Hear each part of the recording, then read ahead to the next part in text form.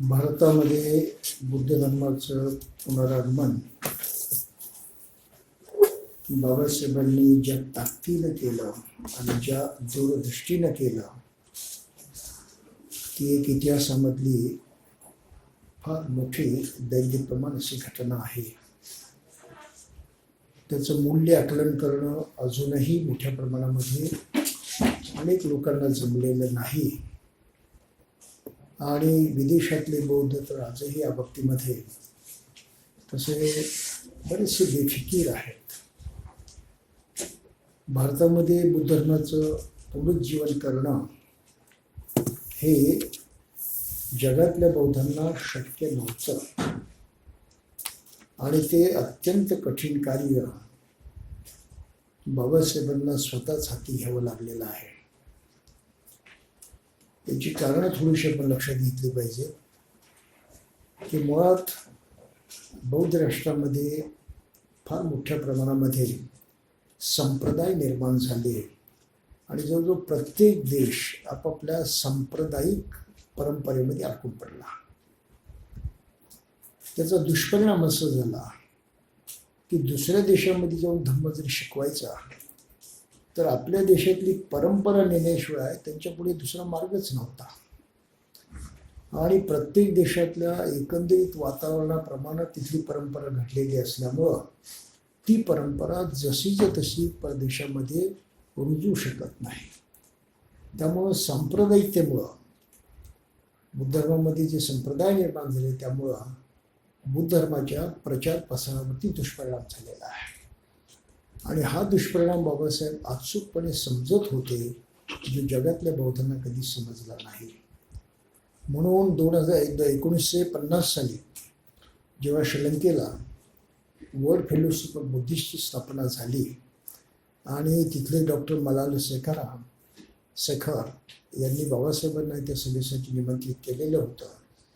तेव्हा ते बाबासाहेब बौद्ध झालेले नव्हते परंतु बौद्ध बनायची घोषणा ते 50 सालापासून करीत राहिलेली आहे. जगभर त्यांचा तो संदेश पोहोचलेला होता आणि आज नाही उद्या भारतामध्ये बुद्ध धर्माचं आणखी ती वेगळं प्रगटीकरण होईल अशी किमान श्रीलंकेमधल्या लोकांना जाणीव होती.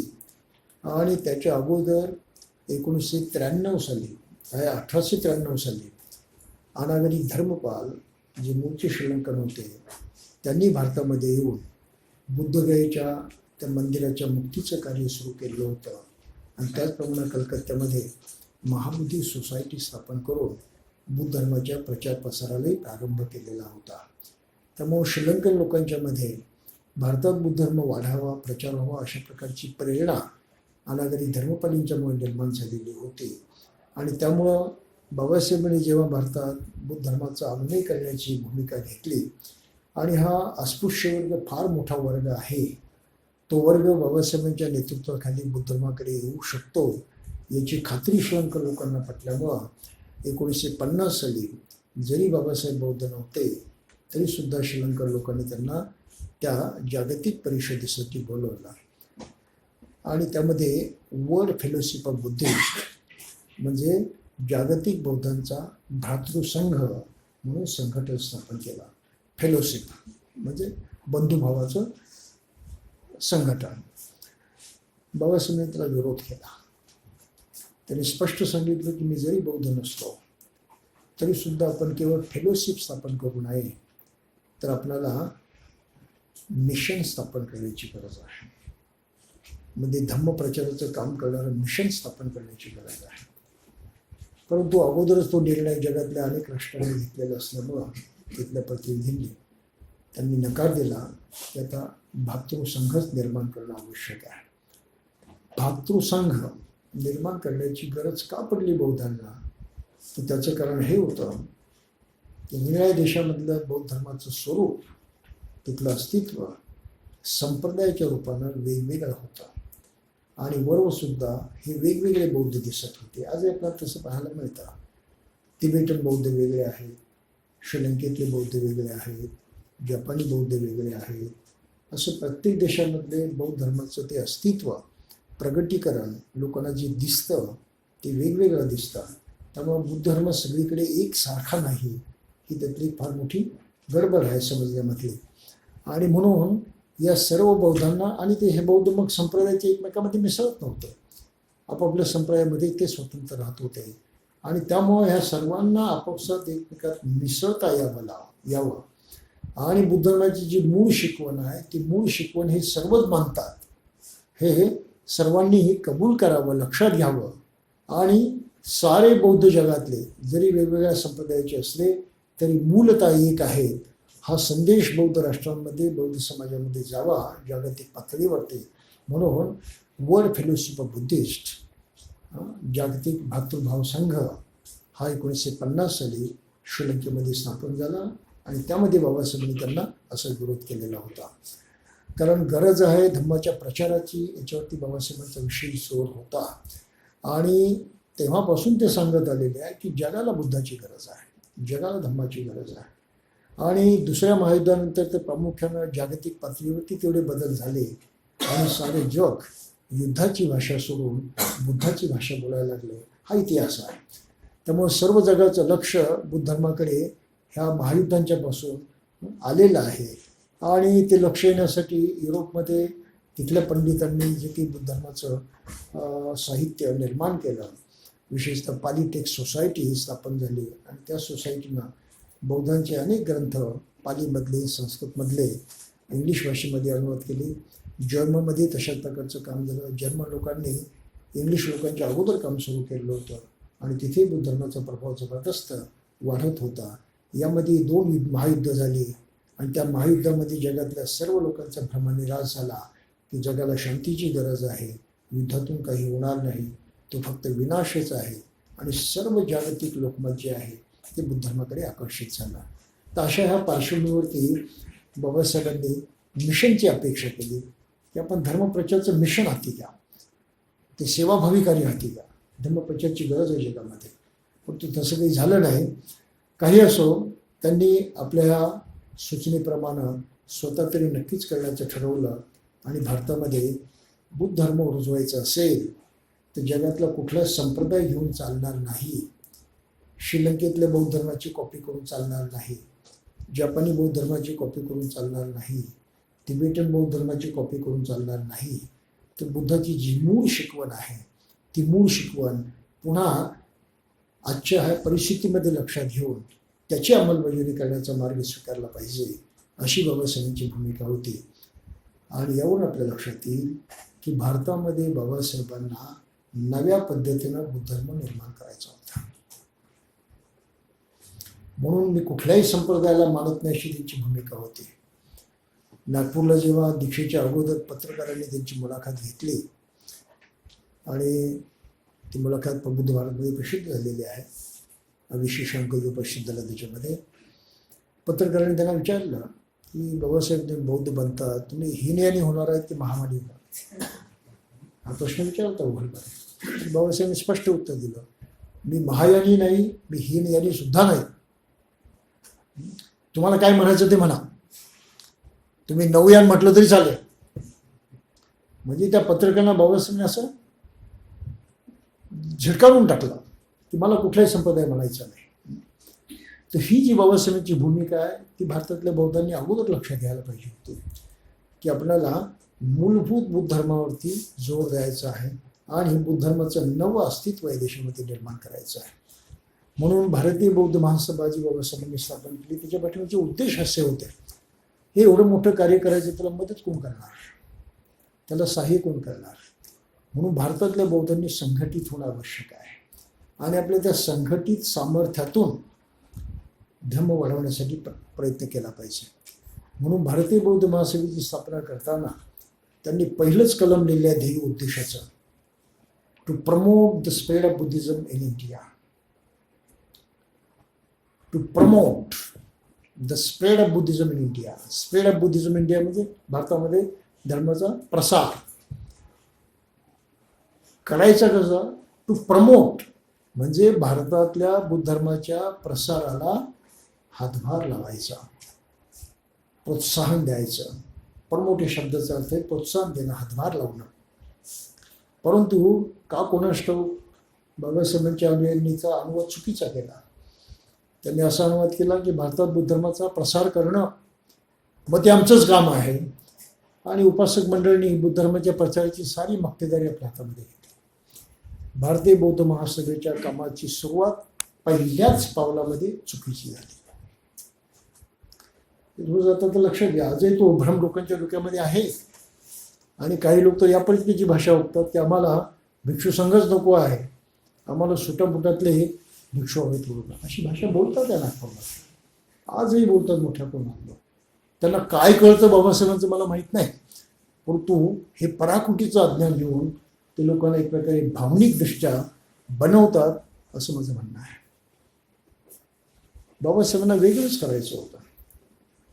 त्यांना स्वतः भिक्षू संघ स्थापन करायचा होता ना. भारतीय बौद्ध महासभेची घटना आपण पहा. पहिला उद्देश आहे to promote the spread of Buddhism in India. भारतामध्ये धर्मप्रसार कार्याला हातभार लावणं, प्रोत्साहन देणं, मदत करणं. ही संघटना त्यासाठी त्यांनी स्थापन केली की धर्मप्रसाराला हातभार लावावा सर्व लोकांनी. आणि म्हणून त्यांना जाहीर आवाहन केलं त्या 15 ऑक्टोबर 1956 सालच्या भाषणामध्ये की ह्या माणसांनी आपल्या उत्पन्नाचा 20वा भाग धम्म कार्यासाठी दान द्यावा. मी काय म्हणतो लक्षात येतं आपल्याला? 20वा भाग धम्म कार्यासाठी दान द्यावा. हे कार्य इतकं मोठं आहे, इतकं अवघड आहे, त्यासाठी खूप लागणार आहे साह्य. आणि तेवढं साह्य समाजामध्ये मिळावं अशी स्वयंपूर्णतेची भूमिका बाबासाहेबांनी घेतली होती. स्वतःच्या हिमतीनं भारतामध्ये धर्मप्रचार करण्याची भूमिका घेतली होती. हे तुम्हाला आपण लक्षात घेतलं पाहिजे. जगात लोक मदत करून त्याचं न करो. आणि त्यांना आशंका होती त्या बाबतीमध्ये की निर्यात संप्रदायाचे लोक भारतामध्ये काम नाही करू शकणार, कारण जपानी लोक आले तर त्यांची पद्धत तिथे राबवण्याचा प्रयत्न करतील, इतर कोणी आले तर त्यांची पद्धत लावण्याचा प्रयत्न करतील. परिणाम असा होईल की भारतीय बौद्धांच्या मध्ये सुद्धा वेगवेगळे ग्रुप निर्माण होतील, वेगवेगळी स्वरूप निर्माण होतील, फाटाफूट निर्माण होईल. आणि ते होणं या देशाला कधी परवडणार नाही. कारण ऑलरेडी जातीय भावना देशाचे अत्यंत भयानक फाटाफूट करून ठेवलेली आहे. जातीय भावना तुटलेली ही मनं पुन्हा जर जोडायची असेल आणि त्यासाठी बुद्ध धर्माचा वापर करायचा असेल तर आम्हाला इथे बुद्ध धर्म शुद्ध स्वरूपामध्ये पाहिजे, ही बाबासाहेबांची भूमिका होती. ते कोणी लक्षात घेतलं नाही बाबासाहेबांच्या नंतर. आजपर्यंत लोक लक्षात घेत नाहीत. ही मोठी दुर्दैवाची गोष्ट आहे. म्हणून भारतीय बौद्धांना मूळ बुद्ध धर्माच्या शिकवणीप्रमाणे स्वतःचं स्वतंत्र वेगळं अस्तित्व निर्माण करून दाखवण्याची गरज होती. ती आजही गरज आहे आणि आजही त्याच मार्गाने गेलं पाहिजे. हा मुद्दा पण लक्षात घेतला पाहिजे. परंतु लोकांनी काय केलं? बाबासाहेबांनी सांगितलं धम्मकार्याला दान द्या. लोकांनी त्याच्यामध्येही टांग मारली. काय म्हणायला सुरुवात केलं? Pay back to society, pay back to society. समाजाला देणं लागतं, तुम्ही ते परत द्या. ठीक आहे, ती संकल्पना योग्य आहे, समाजाचं काम केलं पाहिजे. परंतु हे 20वा भाग धम्मकार्याला द्या, तो सारा विचार त्यांनी पे बॅक टू सोसायटीकडे वळवला आणि धम्मकार्याचा सारा हा पतपुरवठा म्हणूया बंद करून टाकला. आणि निर्णय संघटना त्या प्रमाणात लोकांच्यापासून पैसे गोळा करायला लागले. ही फार मोठी चूक झालेली आहे आणि ती चूक दुरुस्त करणं अत्यंत आवश्यक आहे. बरं, धम्मकार्य करण्यासाठी आणखी बाबासाहेबांनी पुढे काही कलमं लिहिलेल्या आहेत. स्कूल कॉलेजेस काढावीत अशी त्यांची भूमिका होती की ज्यामध्ये धार्मिक आणि वैज्ञानिक प्रशिक्षण दिलं पाहिजे. बुद्धिस्ट सोसायटी काढायचं ते उद्दिष्ट आहे. एकही शाळा किंवा एकही कॉलेज आम्ही त्या प्रकारचं काढलेलं नाही आजपर्यंत. ही गोष्ट लक्षात घ्या. विहार बांधणं हे प्रपोजल त्यांनी नंबर 2ला टाकलेलं आहे. आम्ही बांधली विहार, परंतु विहाराचं रंगरूप त्याला दिलं नाही, विहाराचं स्वरूप दिलं नाही. आम्ही फक्त हिंदूंच्या मंदिरासारखी मंदिरं बांधली. हिंदूंच्या देवळामध्ये त्यांचा देव असतो, आम्ही बुद्धाला देव करून आमच्या मंदिरात ठेवला, बस. बाकी दुसरं काही केलं नाही. विहार म्हणून त्याचा विकास केला नाही. म्हणून बाबासाहेबांचा दुसरा उद्देश आम्ही बिघडवून टाकला. तिसरा उद्देश जो होता स्कूल कॉलेजेस स्थापन करणे, तोही बिघडून टाकला. चौथा उद्देश होता की या देशामध्ये प्रचार घडवण्यासाठी सेमिनरी स्थापन केली पाहिजे. तेही काम आम्ही केलेलं नाही. पुढे 5वा उद्देश मांडलेला आहे. असे सारे ते उद्देश लक्षात घेता आणखी महत्त्वाचा एक उद्देश जो आहे तो आहे की to create a new order of priests if it becomes necessary to do so. भिक्षूंचा नवा संघ निर्माण करणं जर त्याची आवश्यकता भासली तर, आणि त्याची आवश्यकता होतीच. म्हणून ते वाक्य मी खूप वर्ष विचारात घेत होते की का बाबासाहेबांनी असं म्हटलं, to create a new order of priest, नवा भिक्षू संघ निर्माण करणं. इथपर्यंत ठीक आहे, पुढचं ते वाक्य जोडण्याची काय गरज होती. If it becomes to necessary to do so, का म्हटलं त्यांनी असं. सरळ एवढंच म्हणायचं होतं, to create a new order of priests. त्याच्यावरती बरेच वर्षी चिंतन म्हणून केल्यानंतर माझ्या लक्षात गोष्ट आली की एक निष्णात कायदे पंडित आणि एक अतिशय संवेदनशील महापुरुष, या अर्थानं त्यांच्या संवेदना फार प्रखर होत्या. आणि त्यांनी हे लक्षात घेतलं की नुसतं आपण म्हटलं की भिक्षूंचा नवा संघ निर्माण करणं तर जगातले सारे बौद्ध नाराज होणार आहेत.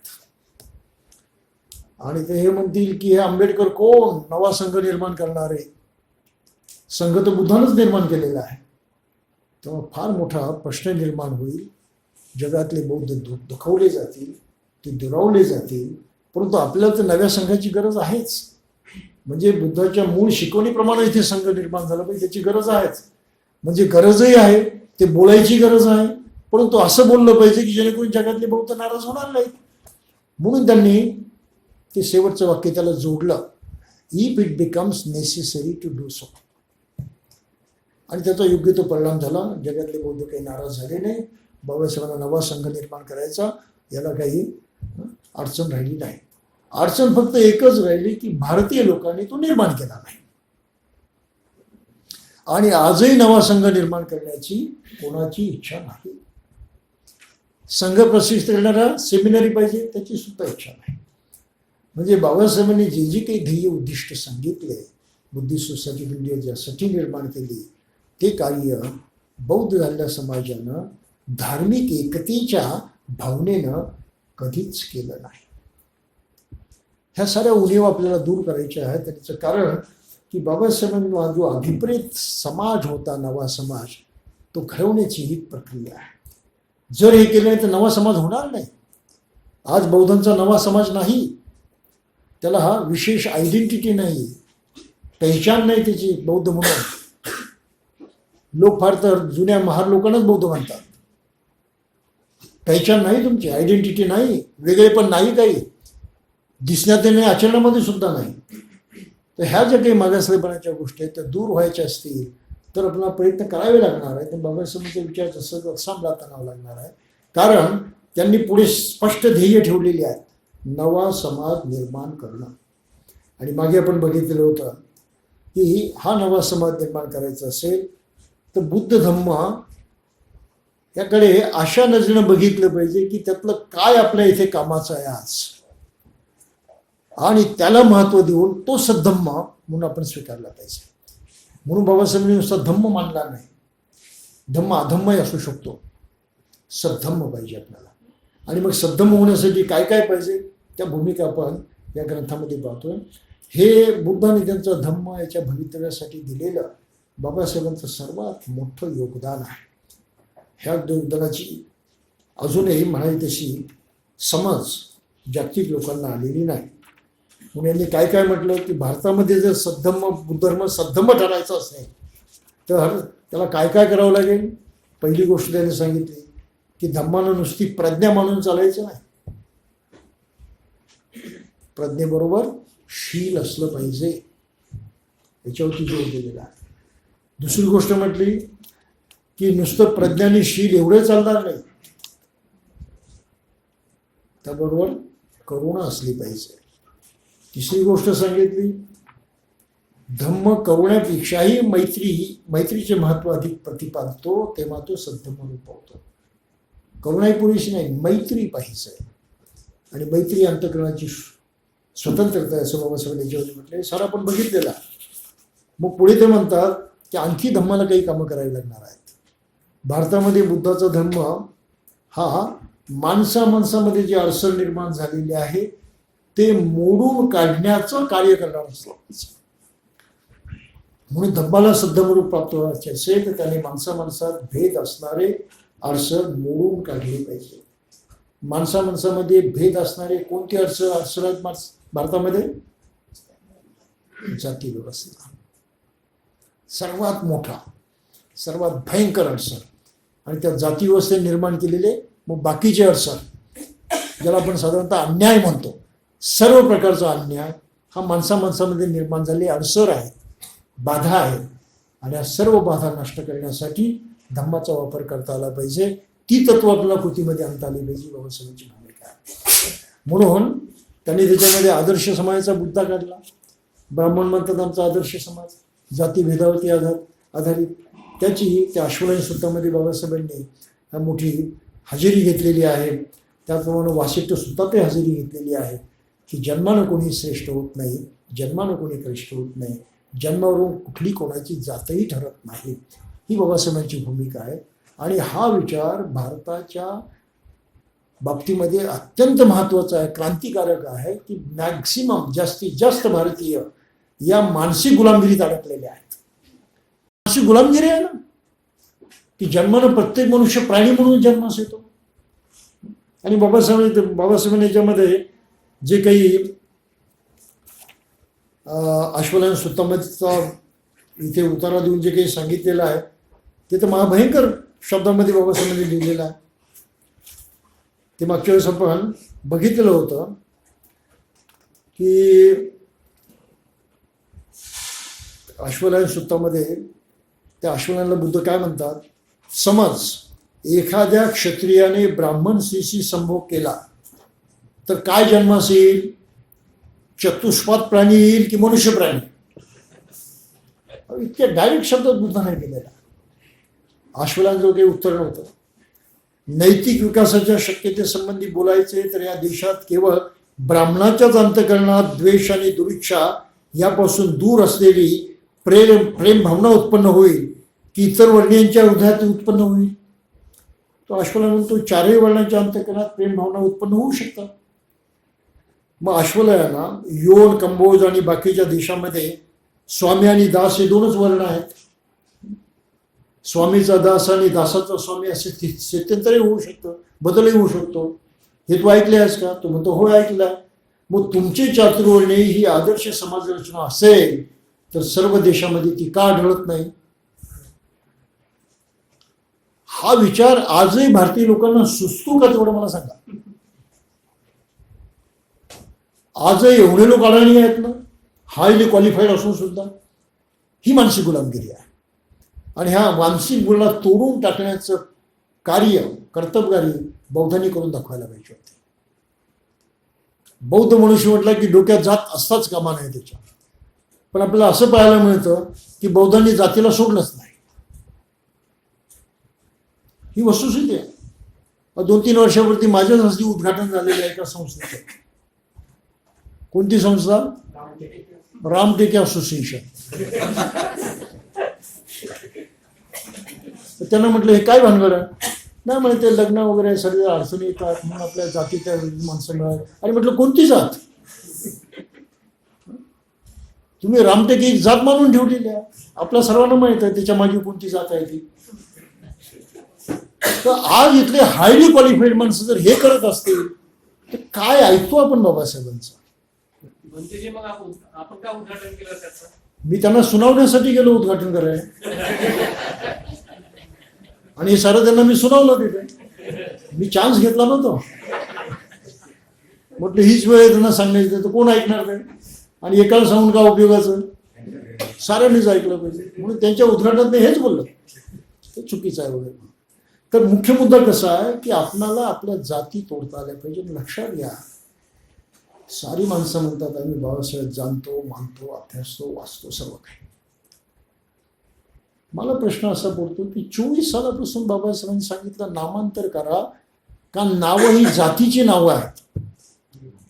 बाबासाहेबांचे एवढे सारे साहित्याचे विद्वान यांच्या वाचनात कधी आलंय का?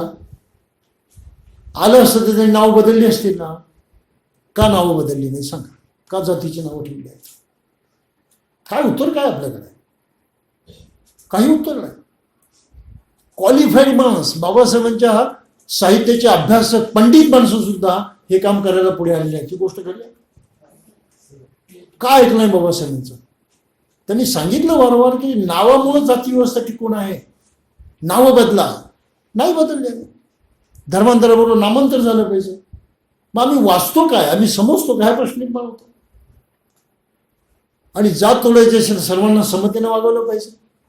पण आम्ही आमच्या अजूनही पोटजाती चालू ठेवलेल्या आहेत. आणि पोटजाती टिकून आहे त्याचं कारण एकच आहे, नावात पोटजात आहे.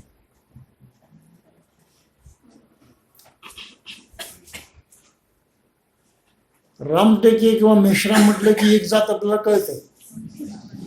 गवई म्हटलं किंवा आवळे म्हटलं की दुसऱ्या जाती आपल्याला कळतात. ही गोष्ट खरी आहे की खोटी आहे? आम्ही कधी करायचं? आम्ही काय ऐकतो बाबासाहेबांचं? माझा आरोप आहे की शिकलेली माणसं सुद्धा बाबासाहेबांचं ऐकत नाही.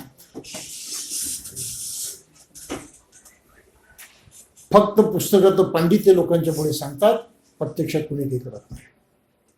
आजही वेळ गेलेली नाही. तरुण पिढीला माझं खास आव्हान आहे की नसेल त्यांच्या आई वडिलांनी नामांतर केलं, तुम्ही नामांतर केल्याशिवाय राहू नका. एका पिढीत आपण जातीव्यवस्था नष्ट करू शकतो.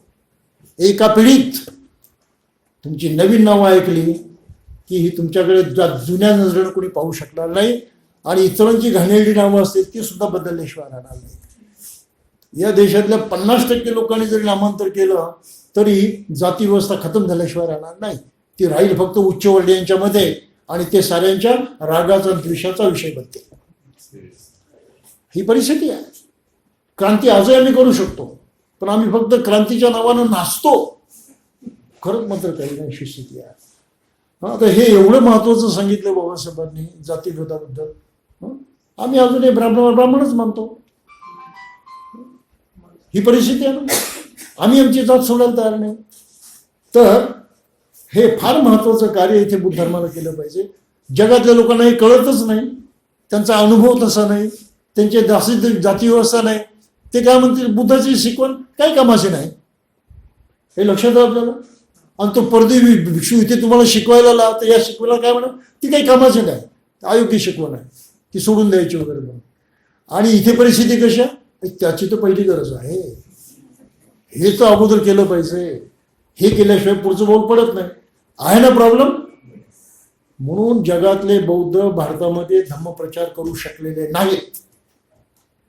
आणि आम्ही माणसं कशी, आम्हाला यतदिशीय चालत नाही, परदेशी मनुष्य पाहिजे. काय बोलतो ते कळतही नाही, इथपर्यंत गोष्टी आहेत. परंतु मिरवण्यासाठी मोठमोठे कार्यक्रम करण्यासाठी आपण त्यांच्या नादी लागतो. हे इतकं मागासलेपण आपल्या देशामध्ये आजही आहे. म्हणून भारतामधला नवा संघ निर्माण करण्याची जबाबदारी आजही बौद्धांनी घेतली पाहिजे. आणि मग आपण ते बघितलं होते की बुद्धाने तीच भूमिका घेतली होती की न जच्चा वसलो होती, न जच्चा होती ब्राह्मण, कमुना वसलो होती, कमुना ब्राह्मण होती. कर्मानं सर्व काही घडतं, अशी ही बाबासाहेबांची भूमिका होती. म्हणून बाबासाहेबांनी हे सारांश सांगितलं. उच्च कुळात जन्म घेण्यापेक्षा जीवनात उच्च आदर्श असणे हे महत्वाचे आहे. जाती, विषमता, उच्चता, कनिष्ठता ही काहीही नाहीत, सर्व सारखेच आहेत, असा भगवान बुद्धाचा उपदेश होता. जसे दुसरे तसाच मी, जसे आम्ही तसे दुसरे, या विचारानं दुसऱ्याशी समरस व्हा, असा भगवान बुद्धाचा उपदेश होता. हे बाबासाहेबांनी दिला. आणि बुद्धाची ती भाषाच आहे. यथाहम तथा येते, यथा येते तथाहम, जसे दुसरे तसा मी. ही एकसारखेपणाची भावना जी बुद्धानं शिकवली ती बाबासाहेबांनी याच्यामध्ये इतक्या स्पष्टपणे मांडली. बौद्धांचं कर्तव्य नाही का की आपण याप्रमाणे वागावं, आपण याप्रमाणे करावं. आणि जर हे करायचं असेल तर जे भेदाभेद आपल्याला माहीत आहे, विशेषतः जातीचे, पोट जातीचे भेद, हे पहिले मिटवायला पाहिजे. का केलं नाही? आणि आजही करण्याची ही इच्छा नाही. त्यामुळे होईल काय बुद्ध धर्माचं, होईल काय बाबासाहेबांच्या कार्याचं? लक्षात घ्या, उद्या हिंदू राष्ट्र आलं ना बाबासाहेब संपले. आणि गंमत अशी आहे की बाबासाहेबांचे अनुयायी त्या राष्ट्राच्या निर्मितीसाठी मदत करतात.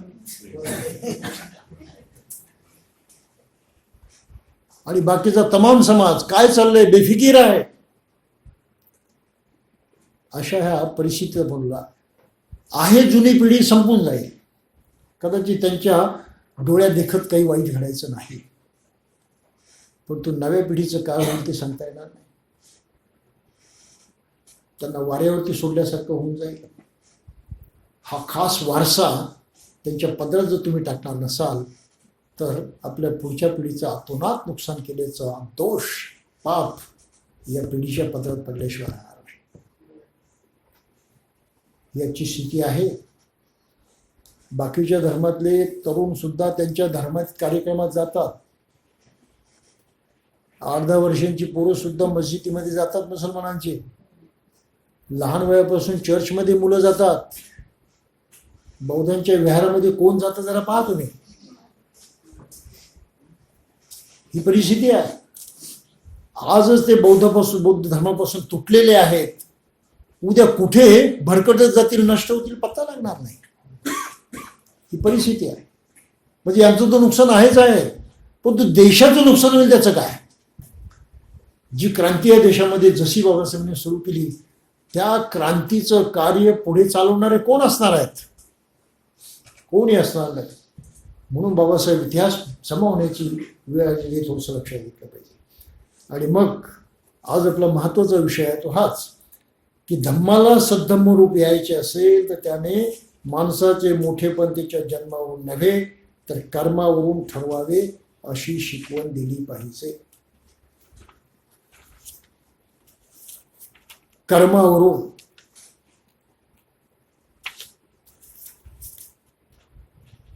आग्निक भारद्वाजाच्या इथे एक उदाहरण बाबासाहेबांनी दिलेलं आहे. तो यज्ञ करत होता. त्याच्या दाराशी काही ब्राह्मण आले. यज्ञाची तयारी असताना बाबा बुद्ध जेव्हा तिथे गेले तेव्हा तो आग्निक भारद्वाज रागाने म्हटला, हे केश कुंचिता थांब, तेथेच थांब. हे करंट्या भिक्षू तेथेच थांब. हे दीन वृषला बहिष्कृत माणसा तेथेच थांब. दूषण दिले बुद्धाला. ब्राह्मणाचे ते शब्द ऐकून भगवान म्हणले, हे ब्राह्मणा, वृषल म्हणजे शूद्र, बहिष्कृत कोणाला म्हणायचे. माणूस कोणत्या कारणाने बहिष्कृत ठरतो हे तुला माहीत आहे का. आणि मग ते सूत्र याच्यामध्ये आलेलं आहे. अधिक भारद्वाज सूत्रामध्ये सूत्रनिपातात बहिष्कृत कोणाला म्हणायचं, वत्सल कोणाला म्हणायचं. आणि त्याच्यामध्ये एकच महत्त्वाचा मुद्दा जो बुद्धाला मांडला, ज्यावरती बाबासाहेबांनी जोर दिला तो की जन्मानं कोणीही वृषल होत नाही, जन्माने कोणीही ब्राह्मण ठरत नाही. थोडक्यात जन्मावरून माणसाची योग्यता ठरत नाही. योग्यात माणसाचं समाजातील स्थान ठरत नाही. भारतामध्ये मागच्या वेळेस आपण बघितलं 5 नियम बघितले बौद्धिक गुलामगिरीचे. त्यामधला हा पहिला नियम आहे ब्राह्मणांनी निर्माण केलेला, ज्या बौद्धिक माणसाला बौद्धिकदृष्ट्या गुलाम करून ठेवलेला आहे. एक तत्व निर्माण केलं आणि ते देवाच्या आणि धर्माच्या नावावरती लोकांच्या पुढे मांडलं. वेदांची शिकवण, देवाचा शब्द काय सांगितलं की देवानंच ब्राह्मण मुखातून निर्माण केला, ब्राह्मणो मुखमासीत. क्षत्रिय बाहूतून निर्माण केला, मांड्यातून वैश्य निर्माण केले आणि पायातून शूद्र निर्माण केले. अशा तऱ्हेनं ब्राह्मण, वैश्य, क्षत्रिय, वैश्य, शूद्र ही चातुर्वर्ण्य स्वतः ईश्वराने निर्माण केलेले आहे. गीतेमध्ये जसं तसं ते आलेलं आहे. ते कृष्णाच्या तोंडी सांगितलं. आता बा गंमत अशी आहे, चातुर्वर्ण्य ईश्वराने निर्माण केले, वेदाचा ईश्वर वेगळा आणि गीतेमधला ईश्वर म्हणजे श्रीकृष्ण. मग कृष्ण काय म्हणतो, चातुर्वर्ण्य माया श्रेष्ठम गुणकर्म विभागशः. चातुर्वर्ण्य मी निर्माण केलेलं आहे माणसाच्या गुणकर्मानुसार वगैरे. आणि ह्या चातुर्वर्ण्याला बुद्धानं तेव्हा चॅलेंज केलं की ब्राह्मणशिवाय गर्भवती होतात की नाही, ऋतुमती होतात की नाही, त्यांना मुलंच होतात की नाही, मग कसे काय ते म्हणतात तोंडातून जन्मास आले. हा प्रश्न आजही भारतीय लोक विचारत नाहीत. 2500 वर्षापूर्वी बुद्धानं हा प्रश्न उपस्थित केला. प्राणी मात्र तोंडातून जन्मास येत नाहीत, हा विज्ञानाचा नियम आहे. मग त्यावरून आजही माणसं श्रेष्ठ कनिष्ठ का म्हणतात हा प्रश्न आहे ना. ब्राह्मण जे स्वतःला म्हणते मी तोंडातून जन्मास आलो, त्यांची तर चेष्टा करायला पाहिजे होती लोकांनी, तर उडवायला पाहिजे होती त्यांच्या त्या विचाराची, त्यांना निकालात काढायला पाहिजे होतं त्या विचारावर. केलं का कोणी हे? उलट त्यांचाच कित्ता गर्व, तोच विचार घेऊन जन्मानं सामाजिक प्रतिष्ठा लाभते. मग भारतामध्ये सामाजिक प्रतिष्ठा म्हणजे जात, जातीची उतरंड बाबासाहेबांनी म्हटलेला.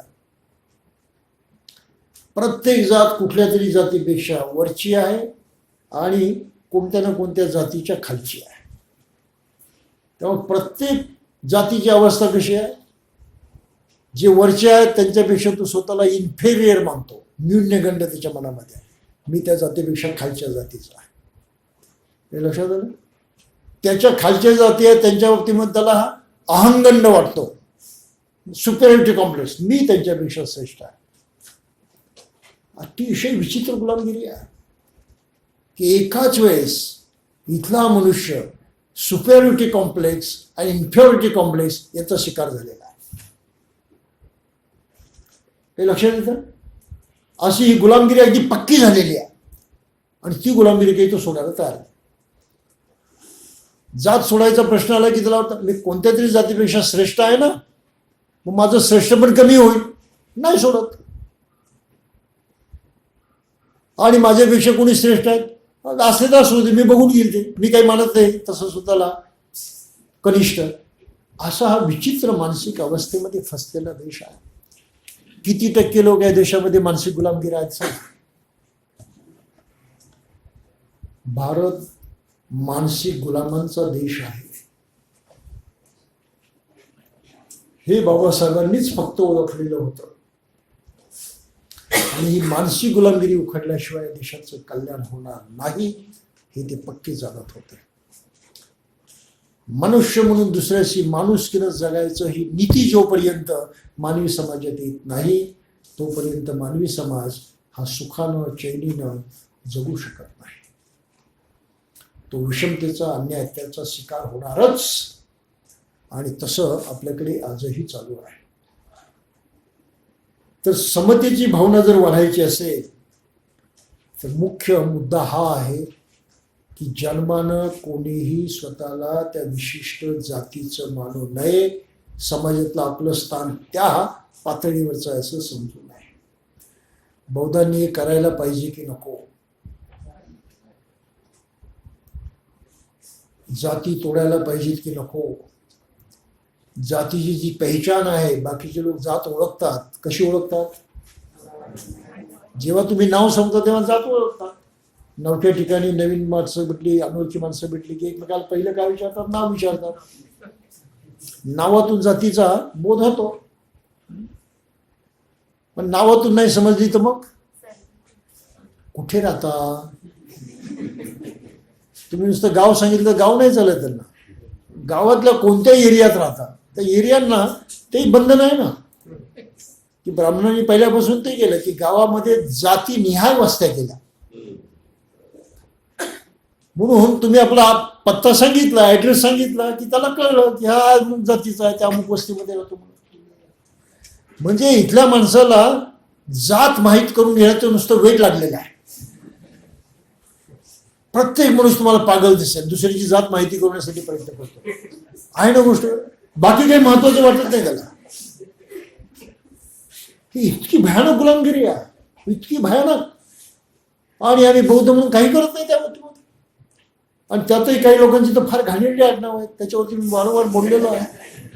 बौद्धांची किती घाणेरडी आडनाव आहे. आम्ही नाही बदलत ती. आता ज्यांना समजायला लागले ते बदलतात, ते फार चांगलं आहे. पण माझी भूमिका अशी आहे जी बाबासाहेबांची भूमिका होती, माझी स्वतःची नाही. की प्रत्येक बौद्ध झालेल्या माणसानं नाव बदललं पाहिजे.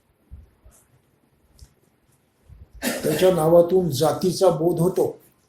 एखादा पाटील म्हणेल की मी काय अस्पृश्य नाही म्हणून, अरे पण पाटील एक जातच आहे ना, का जातीपेक्षा वेगळं काय? म्हणजे कुठे ना कुठे तुम्ही त्या लॅडरमध्ये आहात, त्या उतरणीमध्ये कुठे ना कुठे आहात, ती उतरणच फोडायची आहे. म्हणून ज्यांच्या नावातून जात कळत नाही इतरांना किंवा वरची जात समजली जाते, त्यांनी फार खुश राहण्याचं कारण नाही.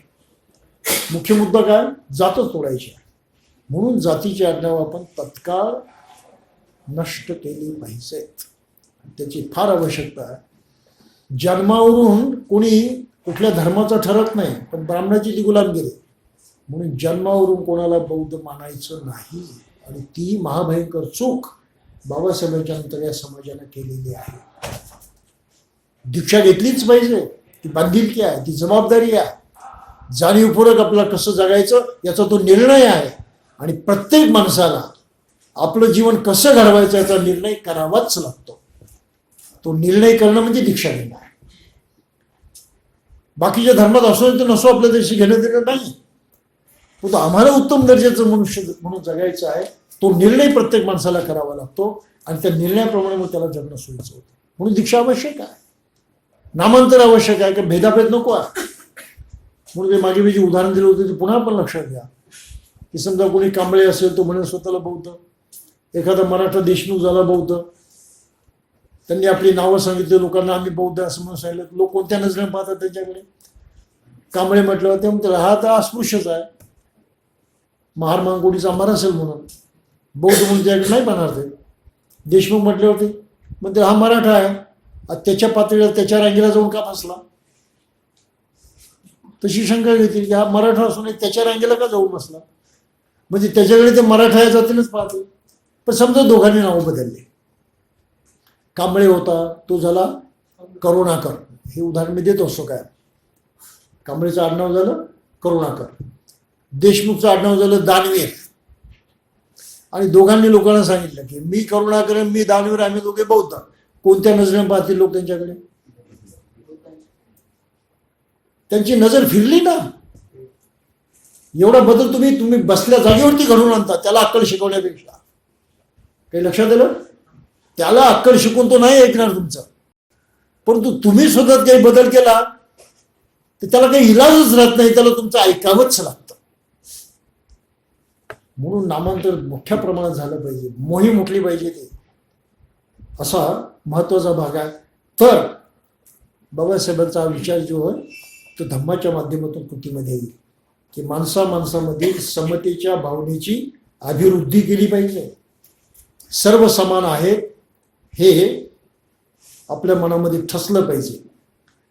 आणि म्हणून बाबासाहेबांनी पुढे काय म्हटलंय बा, समाजाला जर कोणाची गरज असेल तर ती श्रेष्ठतम पुरुषाची, योग्यतम पुरुषाची नव्हे. समाजाला जर कोणाची गरज असेल तर ती श्रेष्ठतम पुरुषाची, योग्यतम पुरुषाची नव्हे. श्रेष्ठतम म्हणजे जो माणुसकीच्या गुणानं श्रेष्ठ झालाय त्याची गरज आहे. पण ज्याने आपली योग्यता जातीच्या नावाने ठरवली त्याची आम्हाला गरज नाही. जातीच्या नावाने ज्याची योग्यता मानली जाते ती योग्यता बुद्ध धर्माला मंजूर नाही, बाबासाहेबांना मंजूर नाही. म्हणून प्रत्येक जात आपल्याला कोणती तरी योग्यता आहे असं समजून चालते. काही लक्षात येतं आपल्याला? तर ह्या अतिशय महत्त्वाच्या तत्वावरती आपल्याला जोर दिला पाहिजे.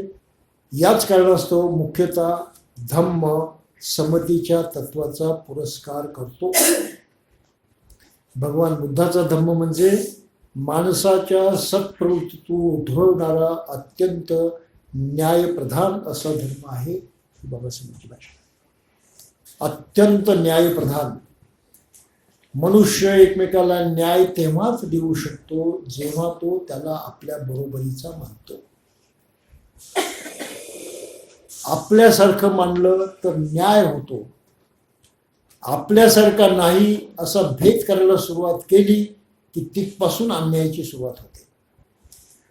भेदाभेद हे अन्यायाचं मूळ कारण आहे, लक्षात घ्या. भेदाभेद अन्यायाचं मूळ कारण आहे. डिस्क्रिमिनेशन हे अन्यायाचं मूळ कारण आहे. आणि डिस्क्रिमिनेशन ज्या ज्या स्वरूपाचं असेल त्या त्या स्वरूपाचा तो अन्याय होतो. मागासवर्गीय माणसांना व्यापारामध्ये धंद्यामध्ये मदत न करणं, त्यांची आरोग्य करणं, त्यांना वेगळं पाडणं, त्यांना वेगळं वागवणं, ही त्या धंद्यामध्ये झालेला अन्याय आहे. पण मूळ कारण काय? तो दलित आहे म्हणून. ज्या ज्या क्षेत्रामध्ये तो मनुष्य वावरेल तिथे तसं होतं. नोकरीमध्ये असेल तर तिथेही जातीय भावना येते. काय येते? त्याचं कारण प्रत्येक जण स्वतःला जन्मानं काही लायकीचं आहे असं समजतो. जातीच्या नावानं स्वतःला लायक असं समजतो, श्रेष्ठ समजतो किंवा कनिष्ठ समजतो. ही प्रथा, ही मानसिकता, माणसाच्या मध्ये प्रवृत्तीमध्ये जडलेला हा जो विकार आहे तो संपूर्ण नष्ट करणं हे महत्त्वाचं आहे. आणि त्यासाठी बौद्ध बनण्याची गरज आहे. आणि ही गरज सर्वात जास्त मागासवर्गीयांना आहे, कारण ते ह्या देशातल्या जनतेच्या नजरेमध्ये सर्वात खालचे आहेत. त्यांना कुठलं पद नाही, त्यांना कुठलं महत्त्व नाही, त्यांना कुठली काय म्हणाय की गरिमा नाही, मोठेपण नाही. ते सर्व टाकाऊ म्हणून मानले गेलेले आहेत. मग आपलं टाकाऊ पण घेऊन जगायचं की आपलं टाकाऊ पण टाकून देऊन जगायचं? म्हणून बौद्ध बनण्याची गरज आहे. सवलतीसाठी जर तुम्ही नावाला त्या जातीला चिकटून राहिला त्याचा अर्थ काय होतो? आपण टाकाऊ आहे ते घेऊन जगतो, टाकाऊ पण टाकायला तयार नाही. हे अशी विचित्र मानसिकता होऊन बसलेली आहे. होता एक काळ की परिस्थिती फार कठीण होते. आता विज्ञानानं आणि परदेशातल्या प्रभावानं खूप फरक पडलेला आहे. अशा परिस्थितीमध्ये आपण एकमेकांना सहाय्य करून फार मोठी क्रांती करू शकतो. बौद्ध समाजाचा म्हणजे बाबासाहेबांना मानणारा समाज, त्यांना फक्त एवढा एक विचार केला की आमच्या संघटित सामर्थ्यातून आम्ही देश बदलू शकतो, तर ते शक्य आहे. आणि परत तिथे जातीभेदच येतो, भेदाभेदाची प्रवृत्तीच येते. म्हणून मागासवर्गीय सुद्धा अनेक जाती तर अनेक याच्यामध्ये वाटलेली दिसतात आपल्याला कायमचे. एकमेकाच्या जवळ येण्याची नियत सामान्य माणसामध्ये नाही आणि त्यांचं नेतृत्व करणाऱ्यांच्या मध्ये सुद्धा नाही. गोष्ट लक्षात घ्या. हा एवढा या देशाला जडलेला मनोविकार तो घालवण्याचं, त्याच्यावरती इलाज करण्याचं कार्य बौद्ध समाजाला चांगलं बौद्ध म्हणून बनवून करायचं आहे. बौद्ध समाजाची निर्मिती हा याच्यावरचा इलाज आहे. आणि तो इलाज काही आपण करत नाही. बाबासाहेबांची क्रांती व्हायची कशी? कोणता उपाय बाबासाहेबांची क्रांती होण्याचा? कोणताही उपाय नाही. म्हणून सर्व लक्षात मला जे केंद्रित करावं लागेल की बाबासाहेबांची ही जी तिसऱ्या खंडातली फार महत्त्वाची भूमिका आहे, ह्या सर्व गोष्टी लक्षात घेऊन त्याचा अभ्यास करून त्याचं अध्ययन करून आपल्याला नवा समाज निर्माण केला पाहिजे. आणि तो बौद्ध समाज असला पाहिजे. म्हणून बौद्ध झालेल्या माणसाचं नाव कुणी ऐकलं तर त्या नावातून त्याला तो बौद्धच वाटला पाहिजे. बघून काही कोणाला एकदम ओळखता येत नाही. पण काही लोकांनी आपली बाहेरची पहचान सुद्धा निर्माण केलेली आहे. कोणी शेंडी ठेवण्याची केली, कोणी दाढी वाढवण्याची केली. त्या गोष्टीला काही अर्थ नाही. कोणी दाढी वाढवू शकतो, शेंडी कोणी ठेवू शकतो. म्हणून मला तर कधी कधी अशी गंमत करावीशी वाटते की बौद्ध लोकांनी या साऱ्या फॅशन कराव्यात.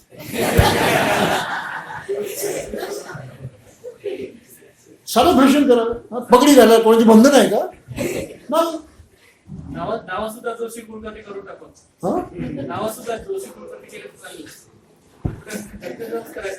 हे आपण केलं पाहिजे. मला असं वाटतं की आम्हाला वेगळं, सारी माणसं सारखीच आहे. पगडी घालणारा, डाळी ठेवणारा, सेंडी ठेवणारा, सारी माणसंच आहे ना, सारखीच आहे. आम्ही सारखेपणानं वागतो. म्हणून माझं स्वतःचं व्यक्तिगत मत आहे की आपण या साऱ्या प्रकारच्या फॅशन कराव्यात. आपला वेगळा दिखावा नको. आणि वेगळा दिखावा करायचा तर आपण लोक तयार नाही होणार. कारण मग बौद्ध माणसाची पहिचान कशी आहे, ही अशी काय. त्यामुळे हे काही सर्वांना चालायचं नाही आणि हे करायला कोणी तयार व्हायचं नाही. म्हणून बौद्ध समाजाची काही पहिचान आपण निर्माण करू शकत नाही. जी आहे लिमिटेड, थोडी पुष्कळ झाली, त्याच्यात आपला भरे घालण्याची गरज नाही, काही बदल करण्याची गरज नाही. परंतु बाकीच्या लोकांनी या पद्धतीचा बदल करणं आवश्यक आहे. नाव टाकून देणं शक्य आहे की नाही,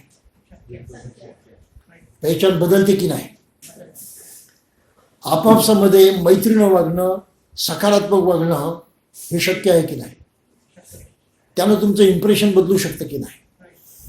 उदाहरण पाहिजे, पारसी समाज आहे देशामध्ये, श्रीमंत समाज आहे, सर्वांच्यापासून तसा दूरच राहतो.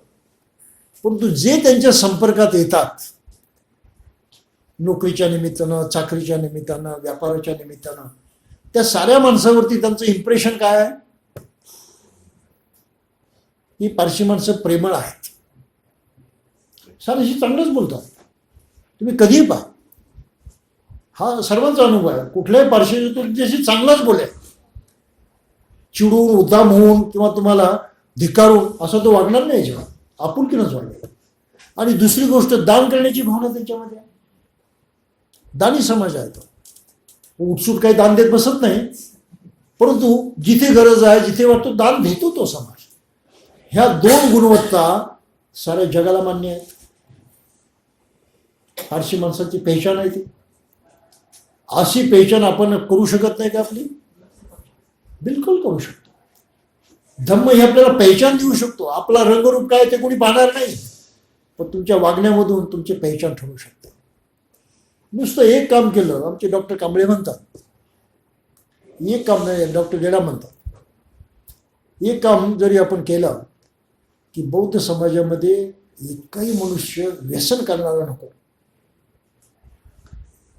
व्यसन जरी या समाजातून हद्दपार केलं तरी सुद्धा या समाजाची एक वेगळी पहिचान होणार आहे, एक ओळख होणार आहे. आणि हा समाज जितक्या एकोप्यानं वागेल वस्तीमध्ये, तेवढं त्याचं वैशिष्ट्य बदलणार आहे. समाज स्थापन करणं अवघड नाही, सोपी गोष्ट आहे. फक्त आपण धम्माची बांधिलकी पत्करली पाहिजे. फक्त आपण बाबासाहेबांचा विचार लक्षात घेऊन तो कृतीमध्ये आणण्याची जिद्द बाळगली पाहिजे. या दोन गोष्टी जर आपण केल्या तर आपण आज या देशामध्ये नवा समाज निर्माण करू शकतो आणि या साऱ्या देशाला वेगळी दिशा देऊ शकतो. जातीवाद गाडलाच पाहिजे, नष्ट झालाच पाहिजे. आणि तो नष्ट करण्यासाठी बाबासाहेबांना बुद्धाचा धम्म हा उपाय म्हणून वापरायचा होता, हे आपण लक्षात घेतलं पाहिजे. जर आपण तसा वापर केला नाही ते प्रकारे पण बुद्ध धर्माला सुद्धा चुकीच्या पद्धतीनं पाहिलं, समजलं, असं त्याचा अर्थ हे लक्षात आपल्याला.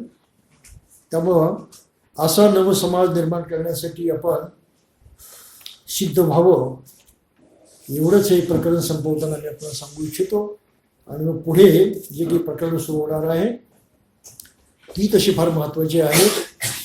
धम्म आणि धर्म याच्यामधला फरक पुढे आपण पाहणार आहोत की बाकीचे धर्म आणि बुद्धाचा धम्म याच्यामध्ये काय फरक आहे.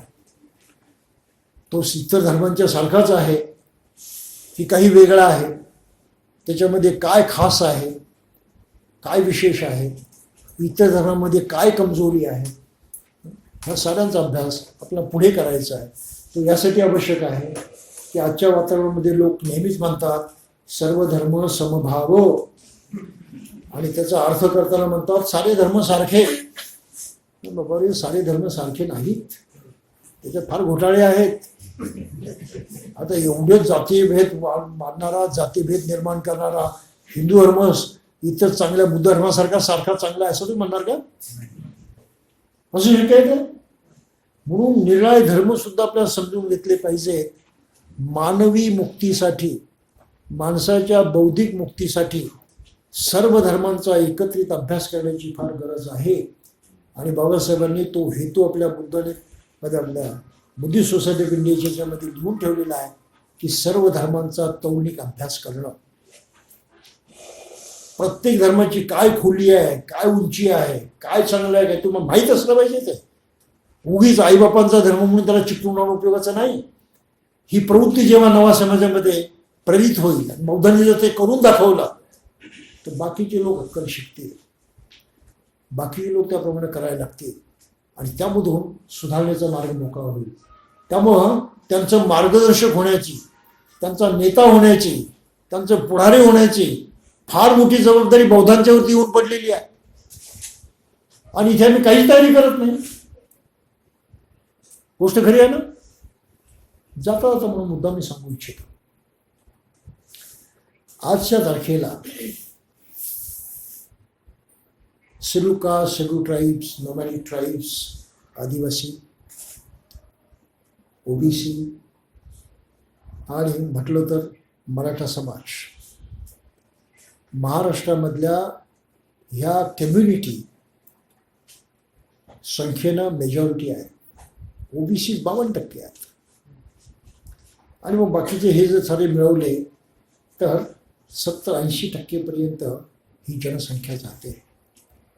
महाराष्ट्रातले एवढे लोक बुद्ध धर्माकडे आकर्षित झालेले आहेत. ते बौद्ध बनू इच्छितात, सारे बनणार नाहीत, किमान 15-20% तरी बनतील. परंतु आजचे बौद्ध ह्या 15-20% आपल्यामध्ये मिळवून आपली संख्या वाढवण्याच्या विचारात आहे का? अजिबात बौद्ध विचार करत नाहीत. अरे ते यायला तयार आहे तुमच्यामध्ये आणि तुम्ही त्यांचं स्वागत करायला तयार नाही, त्यांना या म्हणायला तयार नाही. मी काय म्हणतो लक्षात येतं? समजा एवढे लोक महाराष्ट्रामध्ये इस्लाम बनायला निघाले असते तर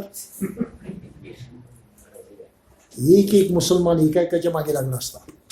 भाई आओ पाहुणचार केला असता, मागे लागला असता, बोलावलं असतं. ही तर गोष्ट खरी आहे. बौद्ध काय करतात? आणि जर महाराष्ट्रामध्ये तुम्ही 50% या समाजाला बौद्ध बनवलं, राज्य कोणाचं असेल? बौद्धांचं नेतृत्व करणाऱ्यांना हे दिसतंय का? हे कळतंय का? विचार करा. मानसिक गुलामगिरी किती भक्कम असते ती, आणि या गुलामगिरीतून बाहेर पडणं आवश्यक. ठीक आहे, आपण इथे थांबूया. जय हिंद.